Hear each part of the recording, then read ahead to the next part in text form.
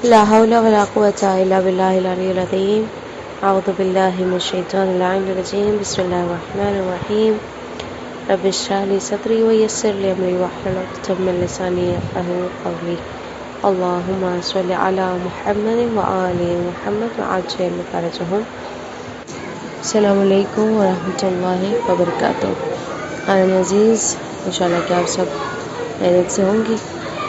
آج ماہ مبارک رمضان کی 3 تاریخ ہے، اور جس طرح سے ہمارے سلسلہ متواتر طور پہ الحمدللہ چلتا جا رہا ہے، اور امید ہے کہ ہم سب ہر دن کی یہ چند مختصر سی فکروں میں بندھی ہوئی دعاؤں سے استفادہ کر رہے ہوں گے، اور اس سے پورا بھرپور فائدہ اٹھا رہے ہوں گے کہ جو کلام، جو باتیں اور جو درخواستیں ہم اپنے پروردگار کی بارگاہ میں کرتے ہیں، انشاءاللہ کہ ان ساری لفظوں کی برکات ہم اپنی زندگی میں دیکھیں، اس دنیا میں بھی اور اس دنیا میں بھی.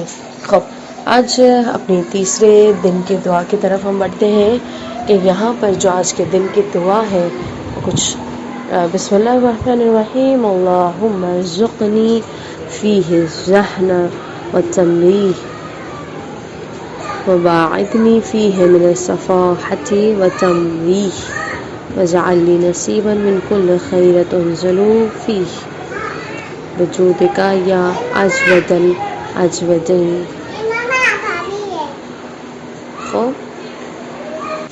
بار الہ اس دن مجھے ذہن اور بیداری عطا کر، مجھ کو اس دن بے وقوفی اور جہالت سے دور رکھ، اور میرے لیے ہر اس نیکی میں جو اس روز نازل کرے گا حصہ دار فرما.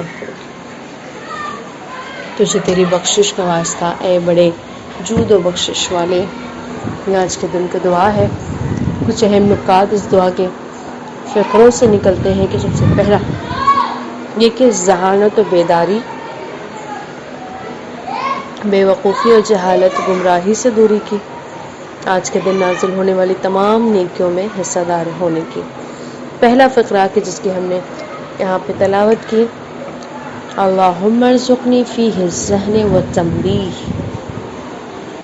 اس فقرے میں رزق اور اس کی قسمیں بتائی گئی ہیں کہ عام طور سے جس چیزیں انسان کے کھانے پینے سے متعلق ہوتی ہے، صرف اور صرف اس کو رزق نہیں کہتے ہیں کہ جو ہمارے ذہنوں میں بنا ہوا ہے کہ پیسہ حاصل کرنا یا کھانے پینے کی چیزیں ہوتی ہیں، یہی ہمارے گھر کے رزق ہے. نہیں، عربی میں رزق کا معنی ہے عام معنی ہے. کبھی نعمتوں کے عطائے جاری کو رزق کہا جاتا ہے کہ دنیاوی ہوتی ہے، تو کچھ کبھی نصیب کو بھی رزق کہا جاتا ہے، کبھی اخروی چیزوں کو بھی جو حاصل ہونی ہے اس کو بھی رزق کہا جاتا ہے. دنیاوی عطا کیا ہے؟ آیات اور روایتوں کی روشنی میں اس لفظ کا جو استعمال ہوا ہے رزق کے، یا ایھا الذین آمنوا کلوا من طیبات ما رزقناکم، اے صاحبان ایمان، ہم نے جو پاک و پاکیزہ رزق عطا کیا ہے اسے کھاؤ. یعنی عیسیٰ کریمہ میں رزق سے مراد دنیاوی نعمتیں ہیں، جس کا تعلق جو ہے وہ خور اور نوشنی، کھانے اور پینے کی چیزوں سے ہے، خالق کائنات میں جنہیں اپنی مخلوقات کو مسلسل عطا کرتا رہتا ہے. اخروی عطا کیا ہے؟ وَلَا تَحْسَبَنَّ الَّذِينَ قُتِلُوا فِي سَبِيلِ اللَّهِ أَمْوَاتًا بَلْ أَحْيَاءٌ عِندَ رَبِّهِمْ يُرْزَقُونَ. اور خبردار، راہ خدا میں قتل ہونے والے کو ہرگز مردہ خیال نہ کرنا، وہ زندہ ہیں اور اپنے پروردگار کے یہاں سے رزق پاتے ہیں.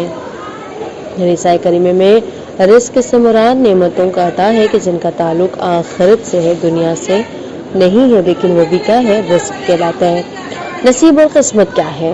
یعنی متعدد دعاؤں میں یہ جملہ جو ہے ہمیں ملتا ہے، اللہم ارزقنی حج بیتک الحرام، یعنی خدایا مجھے اپنے بیت حرام کے حج کی توفیق عطا فرما.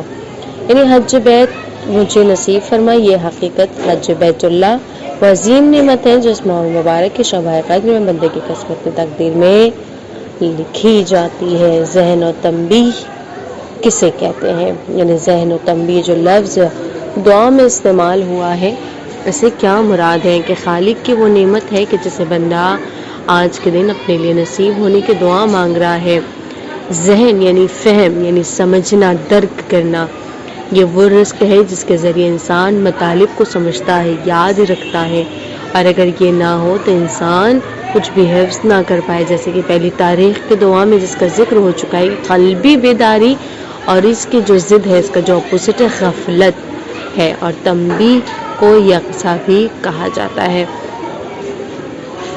بھی کیا ہے رزق میں اور کیا چیزیں آتی ہیں؟ قوت حافظہ کی دعا. یہ پیغمبر اکرم نے فرمایا ہے کہ حافظے کی قوت کے لیے ہر نماز کے بعد کیا کریں؟ دعا کریں. اور وہ دعا کون سی ہے کہ سبحان من لا یعتدی علی اہل مملکتہ، سبحان من لا یاخذ اہل الارض بلوان العذاب، سبحان الرؤوف الرحیم، اللہم اجعل لی فی قلبی نورا وبصرا وفہما وعلما انک علی کل شیء قدیر. پاک ہے وہ خدا جو اپنی مملکت میں رہنے والوں پر زیادتی نہیں کرتا.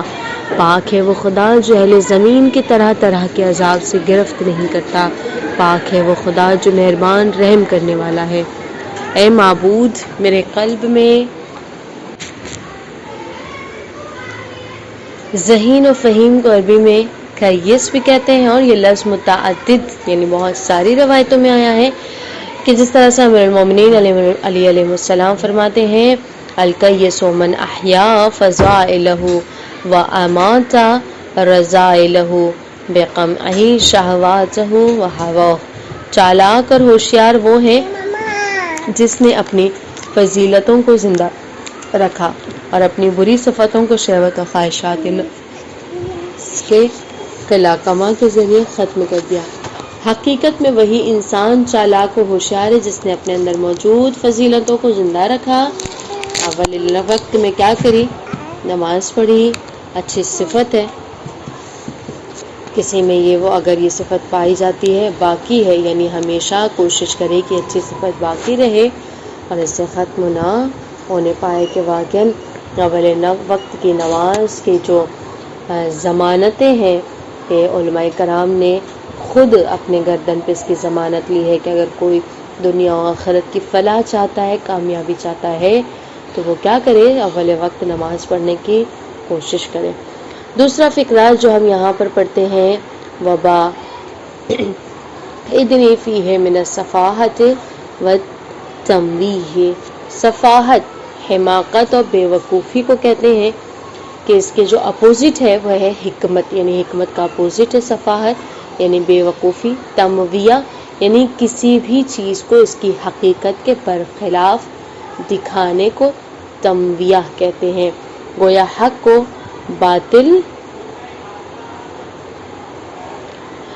باطل کا لباس پہنانا یعنی حقیقت سے بھٹک جانا اور گمراہ ہو جانا، اسے کہتے ہیں تمویہ. آج کی اس دعا میں خالق کائنات کی بارگاہ میں بندہ اپنے خدا سے درخواست کر رہا ہے، بار الہ مجھے حماقت و گمراہی و جہالت سے دور رکھ.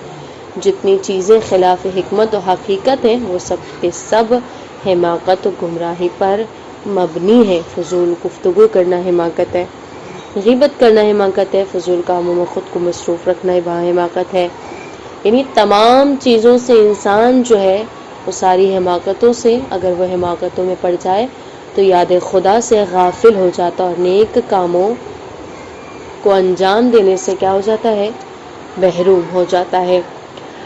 جس طرح سے رسول اکرم کا فرمان ہے کہ دنیا آخرت کی کھیتی ہے، لہٰذا اس دنیا میں انسان جو کچھ بھی بوئے گا وہ اس آخرت میں کیا کرے گا؟ اسی کو کاٹے گا.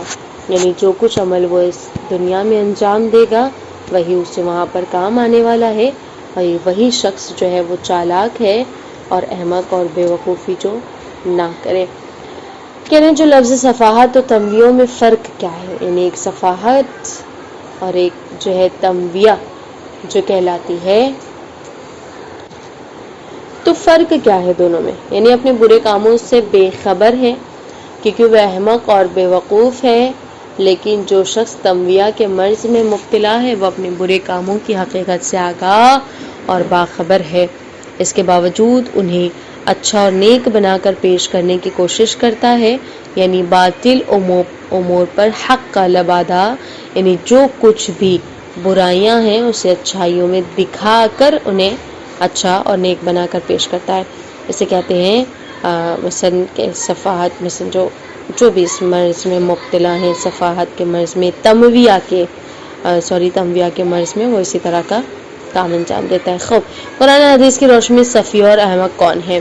یعنی قرآن فرماتا ہے کہ سَيَقُولُ السُّفَهَاءُ مِنَ النَّاسِ مَا وَلَّهُمْ وَاللَّهُ عَنْ قِبْلَتِهِمْ عَنْ قَرِيبٍ، احمق لوگ یہ کہیں گے کہ ان کے مسلمانوں کو اس قبلے کس نے موڑ دیا، انہی کو اس قبلے سے کس نے موڑ دیا ہے۔ یعنی اسلام کی جو ابتدا میں دور میں مسلمانوں کا قبلہ کیا تھا؟ بیت المقدس تھا، ٹھیک ہے؟ تو لوگ اس کی طرف منہ کر کے جو ہے وہ عبادتیں انجام دیا کرتے تھے اور نماز پڑھتے تھے، جس پر یہودی مسلمان پہ طنز کیا کرتے تھے کہ ہجرت کے دور سے دوسرے سال مدینے میں نماز کی حالت میں رسول اکرم پر جو ہے وہ وحی نازل ہوئی تھی، اور پھر ان کے چہرے کو کعبے کی طرف کر لو، یعنی یہ وحی نازل ہوئی تھی، اللہ کی طرف سے حکم آیا تھا کہ اپنے چہروں کو بیت المقدس سے ہٹا کے کیا کر لو، کعبے کی طرف رخ کر لو، اور اس وقت نماز کی حالت میں اپنا منہ کعبے کی سمت کر لیا تھا رسول خدا نے۔ جہاں پر یہ واقعہ پیش آیا تھا تو مسجد کو مسجد ذوالقبلتین کہتے ہیں، ٹھیک ہے؟ نماز کے بعد مسلمانوں میں اس واقعے کو لے کر مثلا بہت زیادہ چیمیں گوئیاں ہوئی، سب آپس میں باتیں کرنا شروع کر دیے، اور اس کا خدا مثلا باوجود بھی خدا کے فیصلے پر بےہودہ وہ لوگ جاہلانہ گفتگو کرنے لگے، اور اس کا جواب میں یہ کہہ کر دیا سَيَقُولُ السُّفَهَاءُ۔ آج ہمارے معاشرے میں مثلا یہ کس نے ان کو احمقانہ جو ہے وہ اس طرح سے مثلا خداوند عالم نے جب ان کی احمقانہ باتوں کو سنا تو پروردگار عالم نے کیا کہا؟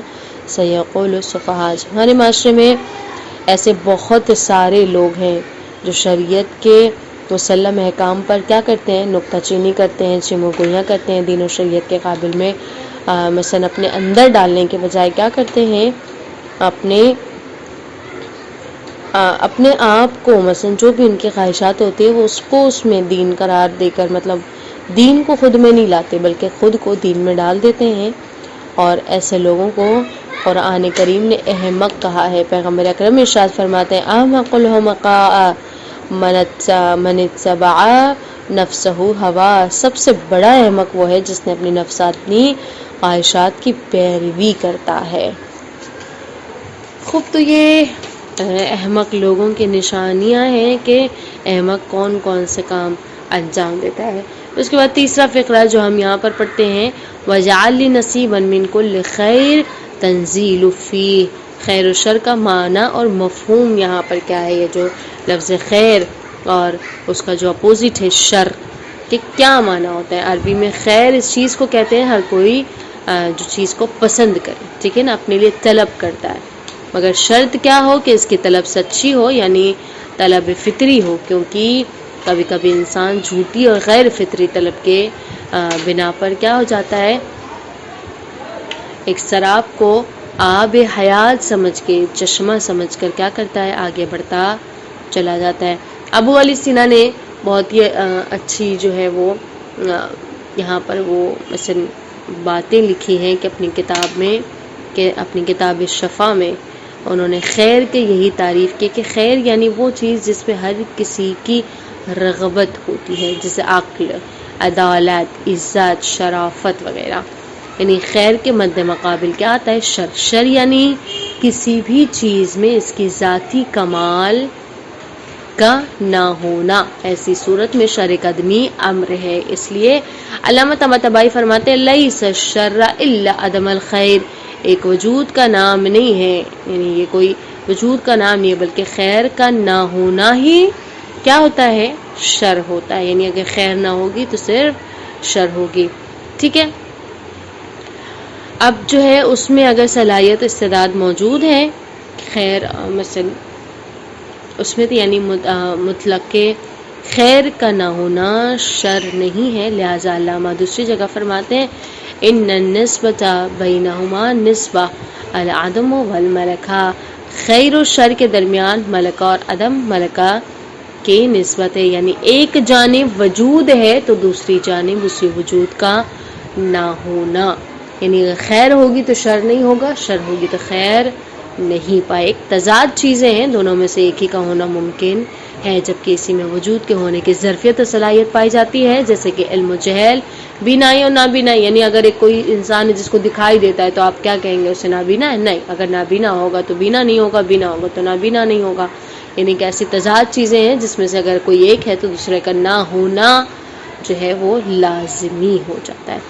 خوب اسی طرح خیر بھی کبھی مطلق ہوتا ہے تو کبھی مقید ہوتا ہے۔ خیر مطلق خود ذات اقدس الہی ہے جس سے ہر کوئی فطری طور پر قریب ہونا چاہتا ہے، یعنی خیر انسان ہر اچھی چیز کو پسند کرتا ہے، ٹھیک ہے، یہ چیز اس کی نیچرل اس کے اندر ڈالی گئی ہے، صحیح ہے، تو کوئی بھی اچھی چیز جسے ہر کوئی اچھا، مثلا نماز پڑھنا انسان کی فطرت میں اچھا لگنا ہے، کیوں؟ کیونکہ نماز ایک فطری اچھی اور خیر عمل ہے، یا کسی کی مدد کرنا یا کسی سے بہترین اخلاق میں بات کرنا، یہ ساری اچھی چیزیں ہیں جو انسان کے اندر فطری طور پر موجود ہوتی ہیں، لیکن اگر انسان اپنے فطرت کے غیر جا کر کام کرتا ہے تو وہ خیر اس کے اندر سے مٹ جاتی ہے اور اس کے اندر کیا آ جاتی ہے؟ شر آ جاتی ہے۔ خوب خیر کے برخلاف شر ہمیشہ امر عدم مضاف و مقید ہے، یعنی کوئی چیز دنیا میں مطلق شر نہیں ہے، اس لیے مرحوم فیض کاشانی آئے مبارک بیدک الخیر انک علی کل شیء قدیر کی تفسیر کے ذیل میں فرماتے ہیں کہ تمام خیرات کا خالق ہے خدا، اور شرور امور آدمی ہے، لہٰذا انہیں خالق کی ضرورت نہیں ہے، خداوند کریم خیر محض ہے، لہذا خالق شر نہیں ہو سکتا، یعنی خالق شر نہیں ہو سکتا۔ یوں بھی شر ایک امر آدمی ہے تو پھر اس کی تخلیق کی بحث ہی بیکار ہے۔ پھر افلاطون کا فرمان ہے کہ شرور کے بارے میں فرماتے ہیں، بیان کرتے ہیں کہ بعض شرور خود انسان کی کوتاہی کی بنا پہ ہیں، جیسے کہ جہل و ذلت وغیرہ، کبھی شرور خود عالم طبیعت میں ہے، جیسے کہ زلزلے کے ایک امر جو ہے وہ وجودی نہیں ہے بلکہ زمین کی کمال استقامت کا فقدان ہے۔ فلسفہ خیر اور شر کے بحث کے ذیل میں فلسفیوں اور حکیموں اور دانشوروں نے اپنی کتابوں میں بڑی طویل اور عریض گفتگو اس چیز پر جو ہے وہ کی، مختلف تقسیم کی ہے کہ جن کا ذکر یہاں پر ممکن نہیں۔ خوب خلاصتاً شہید مطہری فرماتے ہیں کہ اگر نیکی اور برائیوں کے درمیان تقابل نہ ہوتا تو نہ نیکی نیکی کہلاتی اور نہ برائی برائی کہلاتی، یعنی اگر ان کے درمیان یا اپوزٹ میں نہ ہوتے، برخلاف ایک دوسرے کے نہ ہوتے، تو برائی برائی جیسے لفظ میں نہ قید ہوتی ہے اور اچھائی اچھائی جیسے لفظ میں نہ ہوتی، کیونکہ ہر چیز اپنے مد مقابل سے پہچانی جاتی ہے۔ ظاہر ہے ایک خوبصورت کھڑا ہوگا تو دوسرے بدصورت کو پہچانا جاتا ہے، اگر بدصورت دنیا میں وجود نہ رکھیں، کوئی بھی چیز اگر بدصورت نہ ہو تو خوبصورت چیزوں کا انسان کو علم نہیں لگ سکتا، اس لیے کہ خالق کائنات قرآن مجید میں فرماتا ہے کل نفس ذائقۃ الموت وَنَبْلُوکُم بِالشَّرِّ وَالْخَیرِ فِتْنَۃ وَإِلَیْنَا تُرْجَعُونَ، ہر نفس کو موت کا ذائقہ چکھنا ہے اور ہم تو اچھائی اور برائی کے ذریعے تم سب کو آزمائیں گے اور تم سب پلٹ کر ہماری ہی بارگاہ میں لائے جاؤ گے۔ یعنی آیت کریمہ میں بات واضح ہو جاتی ہے کہ خدا بند کریم کبھی انسان کو نعمتیں عطا کر کے آزماتا ہے تو کبھی نعمتیں روک کر آزماتا ہے۔ نعمتوں کو روکنا ہی بندے کے حق میں شر کہلاتا ہے، یعنی اس کے لیے کہ وہ بری چیز ہے، اس کو جو عطا کیا جاتا ہے اس کی نظر میں کیا ہے؟ ایک بہترین چیز ہے۔ تو یہاں پہ کیا ہے؟ یعنی یہی کہ آج کی دعا میں بندے کی درخواست بارگاہ الہی میں یہی ہے کہ مالک جتنی نعمتیں تو آج کی شب نازل کرنے والا ہے، ان تمام نعمتوں میں مجھے حصہ دار فرمانا۔ ائمہ اطہار علیہ السلام وہ ذات مقدسہ ہیں کہ جنہوں نے اللہ کے ہر فیصلے کو اپنے لیے خیر تصور کیا اور اس میں اپنی رضامندی کا اعلان کیا، لہٰذا ہر مصیبت پہ ان کے لبوں پہ یہی جملہ رہتا ہے رضا بقضاء و تسلیما لامری۔ حضرت علی نے شب ہجرت جو ہے وہ وقت مصیبت سجدے شکر کر کے یہ ثابت کر دیا تھا کہ مصیبت اگر قضاء و قدر الہی کے تحت ہے تو پھر مصیبت نہیں ہے بلکہ خیر ہے۔ اور اسی طرح اسی علی ابن ابی طالب علیہ السلام کی تربیت یافتہ شیر دل بیٹی جناب زینب کبریٰ نے دربار کوفہ میں کہ جب ابن زاد ملعون نے جب پوچھا تھا کہ زینب تم نے کربلا میں کیا دیکھا، تو بی بی نے بہت ہی بہترین جملہ، بہت ہی خوبصورت جملہ، یعنی وہ شہزادی کہ جس نے مدینے سے لے کر جو سختیاں اٹھائیں کربلا آتے آتے کر، اور اس کے بعد 4 ماہ محرم سے انہوں نے سختیاں اٹھائیں، یعنی اپنے آنکھوں کے سامنے پانی کا بند ہو جانا، گود کے بچوں کا پیاس سے مطلب بالکل معصوم بچوں کا الجھنا، سسکنا، رونا، تڑپنا، اور اس کے بعد روز عاشور کا ایک خونخوار ایک وحشیانہ منظر اپنے سامنے جو انہوں نے دیکھا کہ اپنے لخت جگروں کو انہوں نے کئی ٹکڑوں میں پامال ہوتے ہوئے دیکھا، اور اس کے بعد شام غریباں، اور اس کے بعد چادروں کا لٹنا، یعنی یہ ساری چیزیں آپ نکات کربلا کی یاد کریں۔ اور اس کے بعد وہ شہزادی جنہوں نے اپنے آنکھوں سے کچھ ہی دنوں میں یہ سارے سانحے دیکھے ہوں، ان کا جملہ کیا ہونا چاہیے تھا کہ جب ابن زاد ملعون نے پوچھا کہ تم نے کیا دیکھا کربلا میں، انہوں نے بہترین جملہ فرمایا، ما رأیت الا جمیلا، میں نے سوائے شان خدا کے، سوائے خوبصورتی کے، اس کی ذات کے کچھ بھی نہیں دیکھا۔ یعنی قضاء و قدر الہی خیر ہے، اور خیر جمیل و خوبصورت ہوتا ہے۔ لہٰذا نماز عیدین کے قنوت میں یہی ہمیں یہ کہنے کا حکم ہے کہ اللہم ادخلنی فی کل خیرات ادخلت فیہ محمد و آل محمد، خدا مجھے ہر اس خیر میں داخل فرما جس میں تو نے محمد و آل محمد کو داخل کیا ہے۔ پھر اس کے بعد قرآن کریم کا یہی حکم ہے وَكُونُوا مَعَ الصَّادِقِينَ، اور تم صادقین کے ساتھ ہو جاؤ، ان کے ہمراہ ہو جاؤ۔ تو یہ ساری جو قربانیاں اور یہ ساری چیزیں جو ہیں کہ اس راہ پر چلنے کی آرزو انسانیت کی، مثلا بہترین راہ پر چلنے کی جو آرزو ہے بلکہ انسان کی بہترین اور اجتماعی آرزو ہے، اس لیے قرآن کریم میں خدا بند عالم نے ہماری اس اجتماعی و فطری آرزو کو لفظوں کا لباس عطا کر کے سورہ حمد میں یوں نقل کیا ہے، اہدنا الصراط المستقیم، صراط مستقیم پر ہماری ہدایت فرمانا۔ اگر یہ کسی ایک انسان کی انفرادی آرزو ہوتی تو اہدنا نہ کہا جاتا، یعنی یہ آرزو انسان جمعیت میں کرتا ہے، لوگ اس کی آرزو کرتے ہیں، کوئی ایک نہیں مانگتا، باقی ہر کسی کو چاہیے۔ یعنی اگر اہدنا نون الف آیا ہے یعنی تو ہماری ہدایت کر، یعنی ہم چاہتے ہیں، ہم یہ خیر چاہتے ہیں۔ اہدا اہدی کہنا یعنی تو میری ہدایت کر، یہاں پہ لفظ نون الف جو لاسٹ میں آیا ہے اس چیز کی دلیل ہے کہ ایک یا چند انسانوں کی تمنا نہیں ہے بلکہ فطرت انسانی کی سچی بات کی دلیل ہے کہ یہ کسی ایک یا چند انسانوں کی تمنا نہیں بلکہ یہ فطرت انسان کی سچی طلب ہے، جسے اللہ نے سورہ حمد میں بتا دیا کہ صراط مستقیم سیدھا راستہ انسان کی فطری آرزو ہے۔ صراط الذین انعمت علیہم، صراط مستقیم کے ان راہوں پر جس راہوں پر تو نے اپنی نعمتوں کو نازل فرمایا۔ اور اہل بیت الاطہار علیہ السلام ان ذوات مقدسہ میں سے ہیں جن پر اللہ نے اپنی نعمتوں کو نازل فرمایا ہے۔ کیوں؟ کیونکہ رحمان اور رحیمیت کی جو رحمان اور رحیم جو لفظ ہے وہ اس چیز کی دلیل ہے کہ رحمان کا مطلب اللہ کی وہ نعمتیں جو عام طور پر نازل ہوتی ہیں، لیکن رحیم کی جو نعمتیں ہیں وہ اللہ کے خاص بندوں کے اوپر نازل ہوتی ہیں اور وہ سب کے لیے نہیں ہوتی ہیں۔ خدا کی خاص جو عام لوگوں سے جدا ہے، عام لوگوں سے بالکل فرق رکھتی ہیں، جو خواص بندگان پروردگار ہیں وہ خود اہل بیت اطہار علیہ السلام ہیں کہ جس کے اوپر اللہ کے خاص بندوں پر اللہ کے خاص نعمتیں نازل ہوتی ہیں۔ اس دعا کے آخر میں اللہ کو اس کے وجود کے کرم کا واسطہ دیا جا رہا ہے، یا اجود الاجودین، تجھے تیرے وجود و بخشش کا واسطہ ہے، بڑے جود و بخشش کرنے والے۔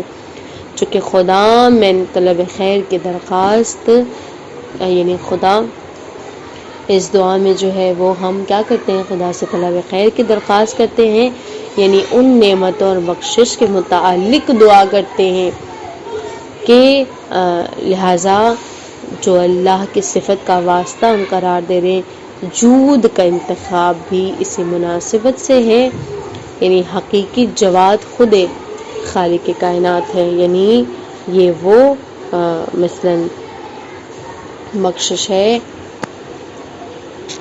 کہ جو بنا یعنی کہ جو انسان کو بنا مانگے، مثلا ایک دینے والا ہوتا ہے جس کا کرم ہوتا ہے، جو دینے والا ہوتا ہے، عطا کرنے والا تو ہوتا ہے، وہ کوالٹی وہ صفت الگ ہوتی ہے، لیکن جواد اسے کہتے ہیں کہ جب آپ کو بنا مانگے آپ کی آرزو مل جائے، آپ کو بنا مانگے آپ کی خواہش حاصل ہو جائے، اسے کہتے ہیں جود و کرم کرنے والا، یعنی پروردگار عالم وہ ذات ہے اور مستقل طور پر مثلا جو اللہ کے اندر یہ صفات پائی جاتی ہے، خالق کائنات کی ذات اقدس ہے کہ اگر کوئی دنیا میں صاحب جود و کرم ہے تو وہ صرف ذاتی و مستقل طور پر نہیں، بلکہ وہ خدا کے عنایت اور اجازت سے صاحب وجود تک کرم ہے، یعنی جسے اللہ یہ صفت دے دیتا ہے وہی کر پاتا ہے، وگرنہ وہ کسی اور میں نہیں پایا جاتا، بلکہ خود پروردگار خالی جواد کہلاتا ہے۔ اور اگر کوئی جود و سخاوت کا یہ خصوصیات اپنے اندر لگتا ہے تو اس کی بھی عطا اور اجازت و عنایت خود پروردگار علیہ السلام کی طرف سے اس کے پاس ہوتی ہے، کہ خود خطبہ شعبانیہ میں رسول خدا فرماتے ہیں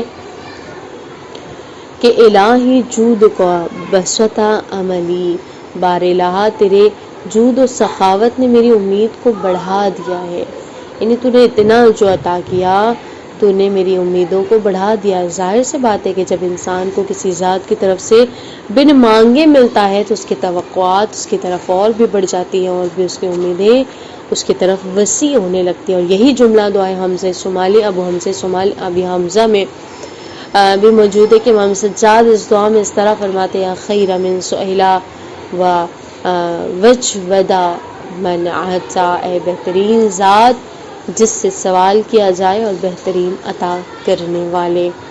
حمزہ شمالی میں اس کے علاوہ اور بھی بہت سارے جملے جو خالق کائنات کی صفتیں جود و کرم کی شرح تفسیر کرتا ہے۔ تو یہ جو کوالٹیز، یہ جو خصوصیات بیان کی گئی، شر کیا ہے، خیر کیا ہے، دونوں میں فرق کیا ہے، یہ تنبیہ اور یہ ساری چیزیں، اور اس کی انسان بارگاہ الہی میں جو ہے وہ درخواست کرتا جاتا ہے کہ پروردگار عالم تو کیا کر، آج کے دن ہمیں احمقوں سے دور رکھ، ہمیں بے وقوفوں کی صفوں سے نکال دے، اور جو کچھ بھی تو عطا کرنے جا رہا ہے آج کی شب، آج کے روز، جو بھی تیری نعمتیں نازل ہونے والی ہیں، ان نعمتوں کی صفوں میں ہمیں کیا کرنا، شمار رکھنا۔ انشاءاللہ کہ کل ہم جو ہے وہ چوتھی دن کی دعا سے مستفید ہوں گے، اور دھیرے دھیرے ماہ مبارک کے رمضان کا ایک ایک دن جاتا جا رہا ہے، یہ جو گولڈن اپورچونٹی ہے ہماری ہاتھوں سے نکلتی جا رہی ہے۔ ہر روز بہترین طریقے سے جو ہے وہ کوشش کریں کہ زیادہ سے زیادہ، جس طرح سے میں نے اول دن بتایا آپ لوگوں کو، کہ جتنا بھی یعنی خدا کا وسیع دسترخوان کھلا ہوا ہے، جو کچھ بھی اٹھانا چاہتی ہیں آپ اسی دسترخوان سے اٹھا لیں، کہ دسترخوان پھر ان 11 مہینوں میں باز نہیں کیا جاتا۔ تو جو بھی چیزیں ہمیں اس ماہ مبارک میں حاصل ہوں گی وہ ہم شاید 11 مہینے میں حاصل نہیں کر سکتے ہیں، کیونکہ اللہ نے خود رسول اکرم کے ارشادات میں ہمیں معلوم پڑتا ہے کہ جس نے اپنی بخشش اس ماہ میں نہیں کی، گویا اس نے 11 ماہ میں وہ اپنی بخشش نہیں کروا سکتا۔ جس نے اس سے استفادہ نہیں کیا وہ پورے 11 ماہ استفادہ نہیں کر سکتا۔ جس نے اپنے رابطے کو اس ماہ میں خدا سے مضبوط نہیں بنایا، گویا وہ کوئی بھی ماہ میں اپنے رابطے مضبوط نہیں کر سکتا۔ یعنی بہترین بندگی کا موقع، بہترین بندگی کے مواقع ہیں، روز و شب ہے کہ جس میں اللہ کے سامنے انسان گڑ گڑا کر یہ مانگ سکتا ہے کہ پروردگار عالم تو ہم سے راضی رہے۔ یہ ہر نعمت سے بالا تر نعمت ہے کہ خدا کی رضا انسان کی زندگی میں شامل حال ہو جائے، اس سے بڑی کوئی عطا نہیں ہے۔ ہر نعمتیں اپنی جگہ، ہر جود و بخشش خدا کی اپنی جگہ، ہر بخشش، ہر توبہ کی قبولیت اپنی جگہ، ہر رزق کی جگہ اپنی ہے، لیکن جو رضایت الہی ہے اس کے مقابل میں کوئی چیز نہیں۔ اگر اللہ راضی ہو جائے ہماری زندگی سے، ہمارے نفس سے، تو ہر چیز ہمیں اپنے آپ عطا ہوتی جائیں گی، پھر ہمیں کوئی بھی چیز مانگنے کی ضرورت نہیں پڑے گی۔ خوب، تو یہ دعا تھی آج کی کہ جس سے انشاءاللہ کہ ہم سب خیرات مستفید ہوں گے، استفادہ کریں گے اور اس پہ عمل پیرا ہوں گی۔ یعنی یہ بہت ضروری ہے کہ ایسا نہ ہو کہ یہ دعائیں ہم پر لان کریں کہ ہم نے پڑھ تو لیا لیکن نہ سمجھا نہ اس پر عمل کیا۔ یہ بہت ضروری ہے انشاءاللہ کہ آپ لوگ سوالوں کے جوابات بھی بہترین طریقے سے دے رہی ہوں گی اور درس بھی آپ لوگوں کو سمجھ آ رہا ہوگا۔ اگر کسی کو کوئی اختلاف مثلاً کوئی اشکالات وغیرہ ہے تو آپ خود مولانا صاحب سے سوال کر ہی سکتی ہوں گی، ان سے اجازت لیجیے، اور اگر نہیں ہے کوئی ایسی چیز ہے تو آپ مجھ سے بھی رابطہ کر سکتی ہیں۔ سوال کے جواب انشاءاللہ کہ آپ کی خدمت میں ہیں، جس بھی طرح سے ہم سے ہوگی خدمتیں ہم انجام دیتے رہیں گے۔ خوب، التماس دعا وآخر دعوانا الحمدللہ رب العالمین۔